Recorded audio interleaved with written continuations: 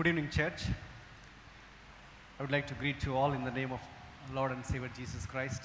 It's a wonderful opportunity for me to be with you, worshiping along with you, enjoying God's presence in our midst, and exalting His holy name.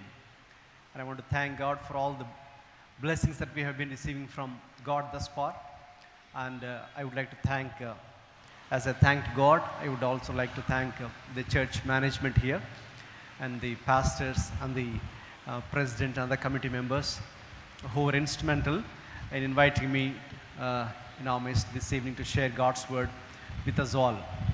Before I get into God's word this evening, I would like to share my testimony very briefly in 2 minutes time. Actually, I had my pictures along with me, along with my PowerPoint presentation, but due to some technical issues, I hope we are not able to have it here. But probably, God willing, sometime later I can show my pictures. My actual name was Veeranjanailu. I was born, brought up in a Hindu temple called Sri Veeraya Swami Ashramam in Rayalaseema area, Anantapur district, Raptadu Mandalam, a village by the name Gundireddipalli, where my grandfather was buried alive, and he had some magical, mystical powers, and the entire village people thought that he's a god. So he was worshipped while he was alive. And on one fine day, as he was on a tree upside down praying to gods, it so happened that he fell down from the tree, and his last wish was that the Lord visited us miraculously. I have two older sisters, and while she was in the college, she was introduced to Jesus through her friend and given her a New Testament. And she shared the gospel to me along with the radio gospel program that we used to listen to. And it so happened that God spoke to some missionaries from South Korea when they came to our village, and they made us sit and shared the word to us. And the Lord changed our lives drastically. And we had to go through lots of problems, and we were excommunicated from that village. But for faith's sake, we all stood firm. And the Lord has been so faithful to us. And the Lord promised us that one of the reasons why I have brought you out of the temple was to be my priests, to be my pujaris, so that you can share the gospel to the unreached, and you can bring glory to my name. As the Lord promised, and two of my older sisters and their families and my family, we're all serving the Lord full time. As the Lord promised us that we wanted to be His priests, His pujaris, and so we're all pujaris for the sake of the Lord Jesus Christ. And so I want to thank God for the way the Lord has encountered us, and the Lord has brought us salvation to our lives. And not just that, for calling us into His service, into His full-time ministry. I want to thank God for all that He has done in my life. If you want to know the details of my testimony, please go to my YouTube channel. Pastor Prabhu Kumar, Abundant Life Ministries is my YouTube channel. You have my testimony there. You have my messages also both in Telugu and English. And I would like to request you to pray for my relatives who haven't come to know the Lord yet. May the Lord visit them and bring them to the saving knowledge of Jesus Christ. I want to thank God for all that He has done so far. And this evening, let's get into God's word, because it gives life to us. And I'm sure all of us are here with a hungry heart. If you are here with a hungry heart, I'm sure the Lord is going to speak to you in a very, very personal way. And that's a very unique nature, quality of the Lord Jesus Christ, that He's a God who speaks. Because earlier in my old faith, I've gone to so many pilgrimages. I have stood before so many idols. I have conducted so many kinds of pujas, and we worshipped so many things, including our grandfather and so many other gurus, so many other so-called devotees. But nowhere in my life have I heard someone speaking to me in a voice. But in my temple, I heard the Lord Jesus Christ speaking to me. When my sister handed over a New Testament to me, I was just flipping through the pages of the New Testament, and I came across John 14:6, where it says that I am the way, the truth, and the life. No one comes to the Father except through me. And that's when I had an encounter with the living God, Jesus Christ. I heard his voice, literally in a temple. Can you imagine that? Yes, Jesus is the living God who speaks. And I'm sure he is here, even in our midst this evening, to speak to us. And the scripture passage has been read to us this evening from book of 2 Samuel, chapter 6, verses 1 through 16. And I would like to give you a 3D message this evening based on this passage, so that you can easily remember those 3 points, 3 words beginning with D, and you can take home and you can meditate throughout this week and be blessed by that. When you come to this place in the book of 2 Samuel chapter 6, we are encountering about the kingdom of David. He becomes the king of Judah first, and then the entire nation of Israel.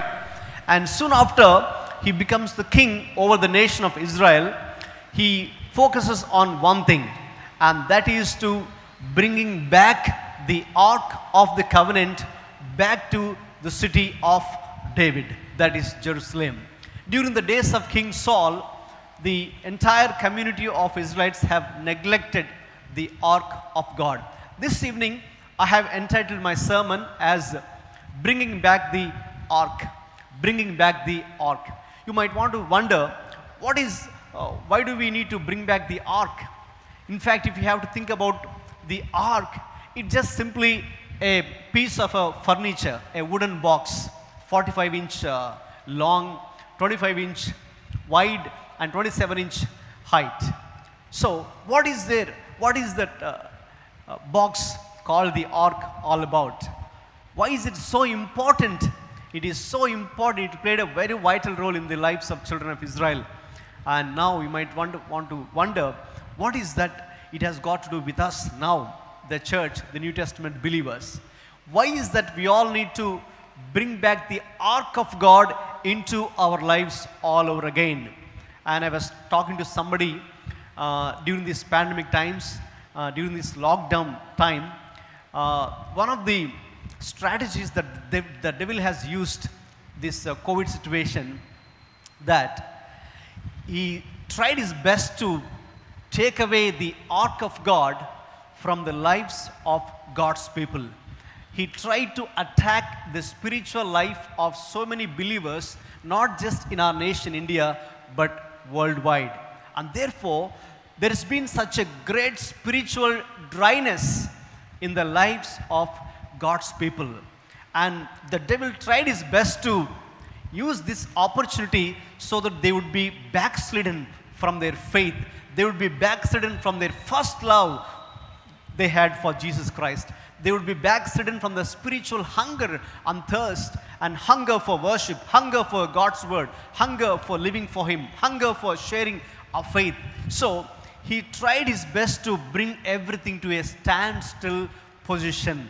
And by God's grace, and I'm sure the one who is living in us is greater than the one who is outside. And so most of us who are really born again believers, yes, since the Lord is with us, and so that we will be able to move on with him.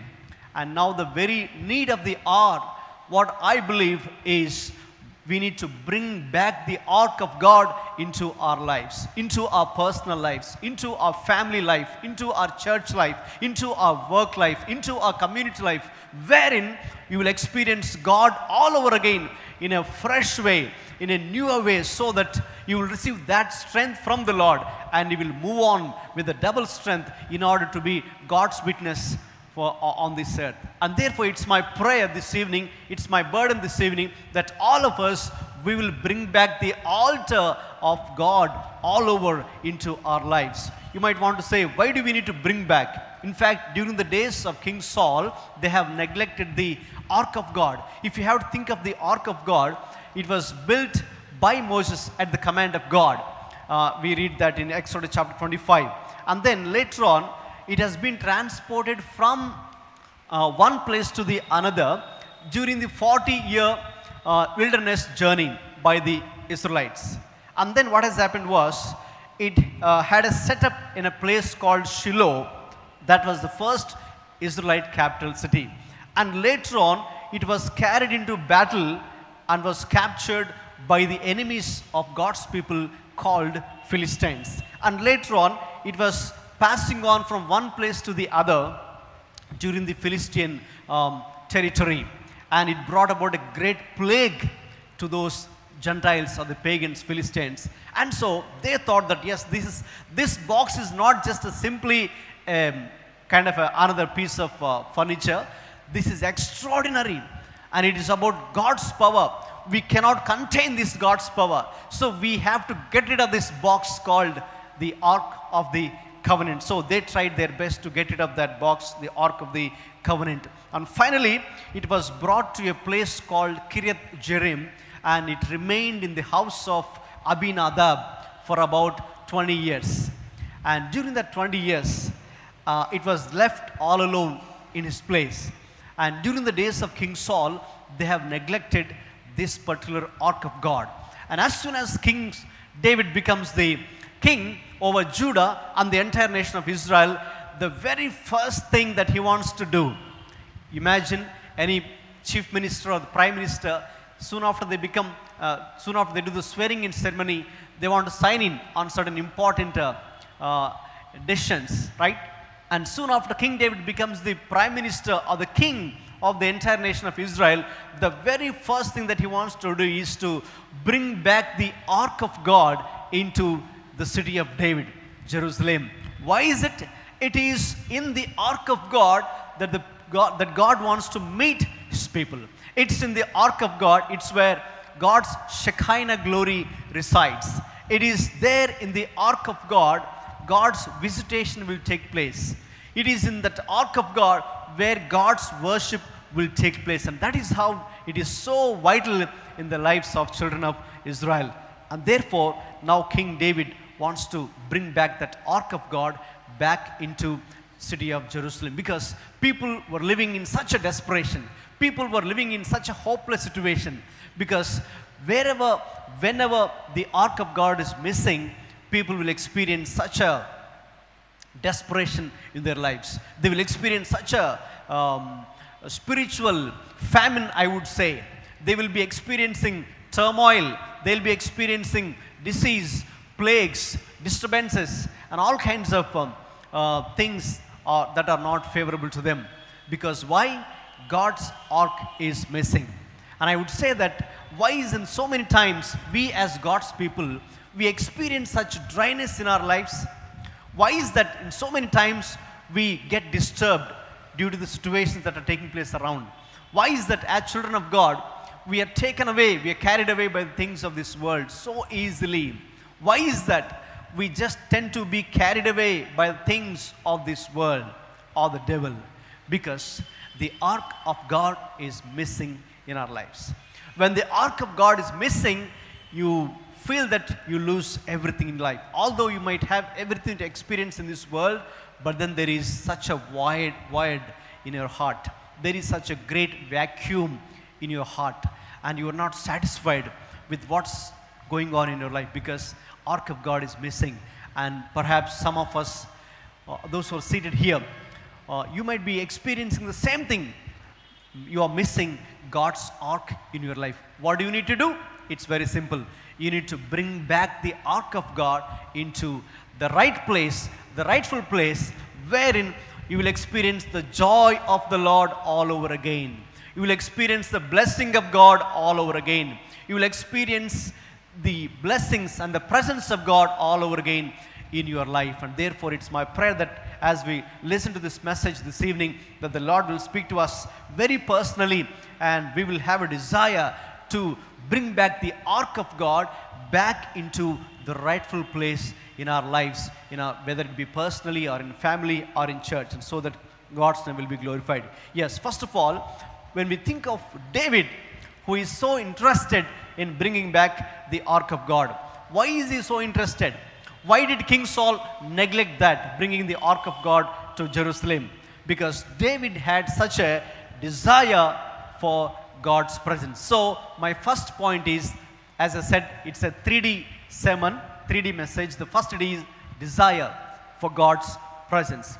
Desire for God's presence. King Saul didn't have desire for God's presence. He had desire for so many other things. He had desire for the worldly pleasures. He had desire that he wants to become famous. He wants his name to be uttered by everyone. He had desire for so many other things, to accumulate things and to increase his army and so many other things. But whereas King David is such a different personality, we read in the scriptures that he had such a great desire for God's presence. So when we read in Psalm 27 verse 4, one of my favorite verses in the scriptures, shall we turn our Bibles to that verse, please? Psalm 27 verse 4. I'm reading this from my NIV. One thing I ask of the Lord, this is what I seek, that I may dwell in the house of the Lord all the days of my life, to gaze upon the beauty of the Lord and to seek him in his temple. You see who is saying these words? King David is saying. He would have said that, no, I have a longing and I have a desire to make my name great. I have a desire to make my army great. I have a desire to conquer so many other unconquered kingdoms. I have a desire to have this much of wealth accumulated during my lifetime. But he didn't say any of those such things. But he said only one thing. Mark that word. If you want to underline that word, you can say that. You can do that. One thing I ask of the Lord. What is that? This is what I seek, that I may dwell in the house of the Lord all the days of my life. And so what does that tell us? It tells us that he has such a desire, a passionate desire, such a deep longing for God's presence. That is why soon after he becomes the king of the entire nation of Israel, the very first thing that he does is, come on, go back to that Abinadab's house where the ark of God has been residing for the past 20 years. And so now he wants to bring back that ark and set it up in the right place in Jerusalem, because we have been experiencing such a desolation. We have been experiencing disappointments, discouragements, and failures, misery, plagues, sickness, curses perhaps. And now we want to get rid of all such things and we want to get into blessing of the Lord. We want to experience God's presence all over again. We want to experience the blessing of the Lord. We want to hear God's voice. How do you hear God's voice? How can you see God? How can you meet God on a daily basis? It only happens at the Ark of the Covenant, because that's where God chose in the Old Testament to meet with the people, to speak to them and to have an encounter with them. And so King David is so particular in his mind that he wants to bring back the Ark of God. Why does he want to do that? He wants to do that because he had a desire for God's presence. And so we read in so many places, as we read Psalms, you understand that he had such a spiritual hunger and thirst for God's presence. So as we are here as God's people, as the days go by in our Christian life, we need to develop such a great hunger and thirst for God's presence. There is a church in the book of Revelation. There are 7 churches mentioned in the book of Revelation in 2nd and 3rd chapters. And one of the churches is Church of Ephesus. And so while Jesus writing a letter to the Church of Ephesus, he says that you are such a wonderful church. There are so many good things, so many nice things about you, so many plus points. But you also have a minus point. What is the disadvantage? You have left or you have forsaken the first love that you had for me. And so, in fact, the Lord was so particular about that particular church in Ephesus that they have deserted or forsaken the first love. He says that you need to repent of that and need to come back to that first love. Imagine the beginning days of your salvation. Perhaps if you come from a non-Christian background, or if you are born into a Christian family, and the very moment when you have received the Lord Jesus Christ into your life, when you experience that salvation and when you take that baptism as a confirmation of your inward change, and you experience such a great joy, right? And you want to spend most of your time in God's presence, seeking His face, praying perhaps so many hours. reading Bible, perhaps so many hours, or you have such a desire to live for the Lord, you have such a burning desire to share God's word, the gospel to others, and you want to be a regular attendee to the church, and you want to participate in most of the activities, and you want to be actively involved in God's ministry. And down the line, after a few years, what happens? Most of us, we tend to cool down in our spiritual life. So slowly the ark of God moves away from our lives. And that is when the Lord spoke to the church of Ephesus that you have forsaken your first love. And so I'm requesting you, please come back to my first love. Come back to your first love. And so that you will experience God in a fresh way all over again. And therefore, it is my prayer this evening that as David had such a desire, longing, a spiritual hunger and thirst for God's presence over against anything else in this world. See, being a king, he would have said so many things. Being a king, you see, I want this to be accomplished. I want to earn this. I want to gain this. I want to achieve this. I want to accomplish this. He didn't say any of the such things. He said only one thing, as we read in Psalm 27 verse 4. One thing have I asked the Lord. This is what I seek, that I may dwell in the house of the Lord all the days of my life, that I may gaze at his glory and live in his temple. So, my dear friends, this evening, how is our spiritual life?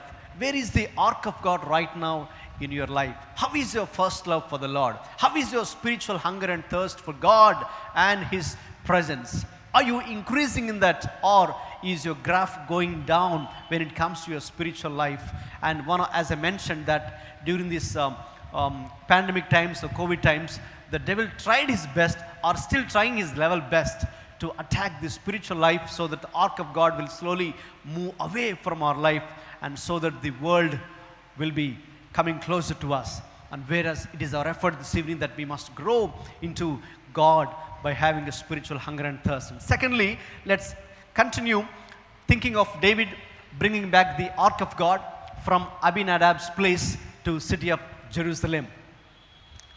As he planned to bring it, we understand, we read in verse from 6 and 7 from 2 Samuel chapter 6, that he made a hasty decision. What is the hasty decision that David made? He wants to bring back God's ark. It's a wonderful desire he had, right? But here he makes a wrong decision. He makes a wrong step, a hasty decision. What is the hasty decision? He is bringing the ark of God on a new cart from Abinadab's place to Jerusalem. And as they were bringing the ark of God, that particular box on a cart, it so happened that it was falling down. And there was a man by the name called Uzzah. He tried to reach out that box because it was falling down. So he didn't want it to fall down. So he was trying to hold it. And so soon after he touches the ark of God, immediately he falls and he dies. And then David is so scared now. What happened? Immediately Uzzah. In fact, Uzzah is a son of Abinadab, in whose house the ark of God was residing for about 20 years. So didn't Uzzah know about the importance of ark of God? Perhaps not, because it was there for such a long time. Perhaps he too have lost the value of that ark of God. And so he tried to reach out and he tried to touch that. And immediately he falls and he dies. And then again, David didn't know what to do. And so instead of bringing it back to Jerusalem, he takes that and he keeps it, places it in a house of Obed Edom for about 3 months. And the ark of God was residing there at the house of Obed Edom for 3 months. And during these 3 months, he begins to do the homework. Why did this happen? Because I had such a great desire, I have such a great passion to bring God's ark to Jerusalem. Why couldn't this happen? What was my mistake? Where did I go wrong? Why did Uzzah die on the spot? He wants to know the reason. And so he takes 3 months time to do his homework properly. And then again he wants to rectify that mistake and again do it in a right way. What was his mistake? when you read Numbers, I don't have time to get into all the scriptures, but when you read the Numbers chapter 4, verses 5 to 15, we understand that the ark of God was not supposed to be brought by a cart, a bullock cart. It was not supposed to be touched. See, God has laid out very clearly certain rules in his law of Moses. Who supposed to be carrying the ark of God? See, God has chosen Levites, all the more Kohathites. God specifically told them, only them, they are supposed to be carrying the ark of God wherever they go. And it was not supposed to be carried on a cart or any other transportation. It was not supposed to be touched. Unlike any other furniture, you cannot treat that furniture unlike any other furniture. You cannot take it lightly. You can't take that ark of God casually, because it belongs to God. It is, in other words, God himself. Because God himself resides there, God's manifested presence of God will be shown through that. God's word will be declared through that ark of God. We can't deal God's ark of God so lightly. You can't take it so casually, so lightly. Uzzah did that. He took it so lightly. David, he made a mistake. He made a hasty decision by bringing it on the ark of God, because he didn't know what the law of Moses said. The law of Moses is nothing but the word of God himself. So, during those 3 months, what did David do? David did a proper homework, going back to the scriptures, going back to the law. What does the law of God say with regards to the ark of God? How the ark of God needs to be carried on or brought about or placed into? And who is supposed to be carrying that?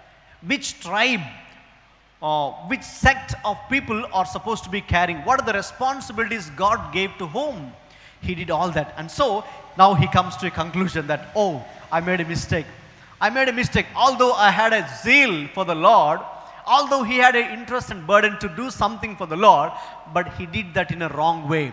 And now he goes back to the scriptures. And so my second D is this: delight in the precepts of God.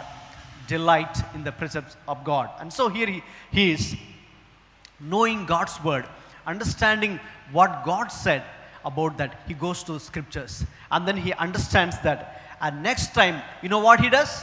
He calls about all the Levites, the Kohathites, and he tells them that yes, as per the law of God, as per the law of Moses, now I want you people to be carrying this on a carrying poles. They're not supposed to be carrying on a cart or any other vehicle of transportation, but they're supposed to be, the Kohathites or the Levites are supposed to be carrying on their shoulders with the carrying poles according to the word of God. And so now he understands that very clearly. He says that I made a mistake earlier. Now I rectify that. Please, you Levites, go ahead, carry on your shoulders.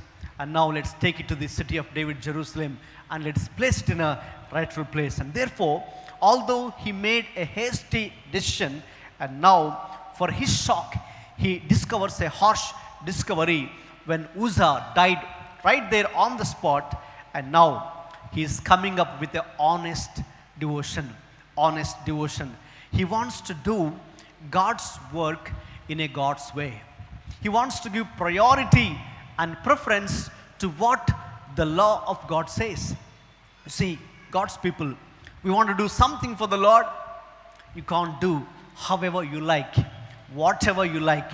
We've got to do everything according to what the Word of God says. We've got to do everything according to what the Word of God says. The statutes or the precepts or the commands or the Word of the Lord is the ultimate thing for you and me, for our spiritual life. Whatever the decisions that we've got to make in our family, in our life, whether it be personal or family or church related thing, everything needs to be based on the word of the Lord. Not however we like, whatever we like, whenever we like. We can't take God lightly. You can't take God's things lightly. You can't take God's word casually. we got to give proper reverence to it. Whereas Uzzah didn't give proper reverence to God's word. And even David himself, for that matter. And now David is so quick. The good thing about David is that although he makes mistakes, it doesn't mean that we have to make mistakes knowingly. Although he made mistakes, he was so quick to repent. He was so quick to go back and do the homework properly, say what God's word says, and then immediately he repents in God's presence and asks forgiveness from the Lord. And then he rectifies himself, and then he moves on with the right thing to do. So, as we see here, at first he made a hasty decision about the ark of God, and now after having known the word of the Lord, he comes here and now takes forward as the word of God. And now he goes on, he invites the Levites and tells them to carry on the ark of God. And now, here is my last D, and I am done with it. Dedication to the praise of God. Dedication to the praise of God. First of all, he had a desire for God's presence, and secondly, he had a delight in God's precepts. I mean, precepts in the sense, the word of the Lord. And thirdly, he had a dedication to praise of God. And now, as the Levites, the Kohathites, as they've been carrying the ark of God on their shoulders with the carrying poles, and now here is David. Here he comes and he dances before everyone. In fact, he didn't think of the people, he didn't think of his wife who was watching from afar, and in fact she has misunderstood him. Why is he dancing like a pagal guy? Why is he making sounds? Why is he like lifting up his hands, and why is he screaming? Why is he shouting? Why is he dancing before the ark? Because he's a king. He needs to maintain his dignity, right? So, but whereas King David, he forgets all his position. He forgets about his dignity, because he only knows one thing, that he is there in God's presence. And the ark of God is being brought to his hometown, wherein the blessing of God will begin to flow, not only to his family, entire kingdom. And so he is so happy, he is so delightful, and that is how he is enjoying in God's presence, lifting his hands, dancing, screaming, shouting, all kinds of praises. Whereas while his own wife, Michal, misunderstood him, and he said that, why are you doing such a nonsense things, such an undignified manner? Because you are a king, you have to hold on to your dignity. And he says, no, even if there is anything beyond this undignified thing, I would go on to that and do for my God, because it is in the presence of God I am screaming, shouting, lifting my hands and doing this praise and worship. So his praise was such a visible thing for everybody to see, because what was there in his heart, and now it comes out. And his praise was such a vocal, that means he is screaming, shouting along with the choir, 288. Imagine the choir of 288. I think this evening we had a praise and worship team of about 10 or so. Imagine if there were 288 choir members singing aloud, all well-trained professional singers with all their vocal talents. All of them were trained professional singers.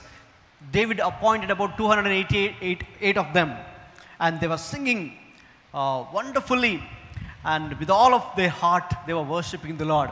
Along with them, along with the choir, along with the Levites, now joins David, and his praise was vocal, and then his praise also was volitional. That means voluntarily he was singing. He was not singing, praising, worshiping God out of somebody's compulsion or force, but he was doing out of his own as a voluntary. Why did he praise God? Why did he worship God? Out of his love. You read all the Psalms. Most of the Psalms were written by King David, and out of all the Psalms we understand his deep love, passionate love for God and his presence. And therefore he sings, he dances in God's presence, and he expresses his deep desire and love for God. And therefore that is how he brought the ark of God into its rightful place in Jerusalem, his own hometown, his kingdom. And therefore, and later on, we understand that as soon as the ark of God was brought to Jerusalem, there was such a great rejoicing, happiness, joy, peace, blessing, prosperity all over the kingdom of Israel due to that ark of God, because ark of God was nothing but God himself was brought. All those years the ark of God was missing. People were missing God. They were going on their own ways, and due to that they have been experiencing such a tragedy, such a miserable situations or plagues, curses, until such time. As soon as the ark of the Lord was brought to its rightful place, people were so blessed because the rightful place was restored. That is what King David did soon after he becomes the king of entire nation of Israel. And therefore, this evening I have just shared three things with you. 3 D's. Don't forget this 3 D's. One is he had such a desire for God's presence, and second one is he had such a deep delight for the precepts of the word of God, and thirdly he had such a dedication for praise and worshiping the Lord himself, and that brought about a great blessing, not only into his own family, personal life, family life, and to the entire nation of Israel. And I'm sure as the devil tries his best to take away God's ark from all of us during these times, we need to make a conscious effort, just like David, to bring back the ark of God into our personal lives, into our family life, into our church life, into our community life, into our work life, wherein you will experience God's presence. The joy of the Lord will be restored back again. The work of the Lord will be done, and you will be experiencing God's wonderful hand upon your life. Shall we all close with a word of prayer? Shall we all look to the Lord in prayer, please? Can I pray now or later? Just for a moment, as the Lord would have spoken to you this evening through his word, through these 3 D's: desire for God's presence, delight for God's precepts, dedication for God's praise. Please respond to God's word right now. If the Lord has spoken to you, tell him, Lord, yes, Father, I have been missing your presence, O Lord, all through this life in my life. I've been missing, Lord, the ark of God in my life, and that is why I am in such a desperate state as of now. And I don't want to live in this desperation any longer. Lord, I want your ark of God back in my life, O Lord. I want your presence, O Father, coming back to my life, and so that I will experience the joy of the Lord all over again in my life. Father, we want to thank you for speaking to us through this evening, O Lord. We want to thank you, Lord, for the desire David had for your presence. We want to thank you, Lord, for the delight he had for your word, precepts. Lord, we want to thank you for the dedication he had for the praise of God. Father, as you have spoken to each and every one of us this evening, oh Father, Lord, we make a conscious effort and the, oh Father, decision this evening that hereafter, Lord, we want to make a conscious effort bringing back the ark of God, which is a symbolic meaning of the God's presence in our lives. Yes, we want to go back to God. We want to bring God's presence back into our lives, back into our personal lives, back into our families, back into our churches, back into our community, O Lord, so that you will do greater things in our lives. The joy of the Lord will be restored all over again, and we will be able to be a blessing, O Father. We want to thank you for speaking to us through this evening word, O God. We pray as we commit ourselves to your word, help us, give us the strength and grace to each and every one of us to practice your word, to meditate your word, and to live for you in this world, O Lord. We want to thank you and we praise you, Father, in Jesus' name. Amen.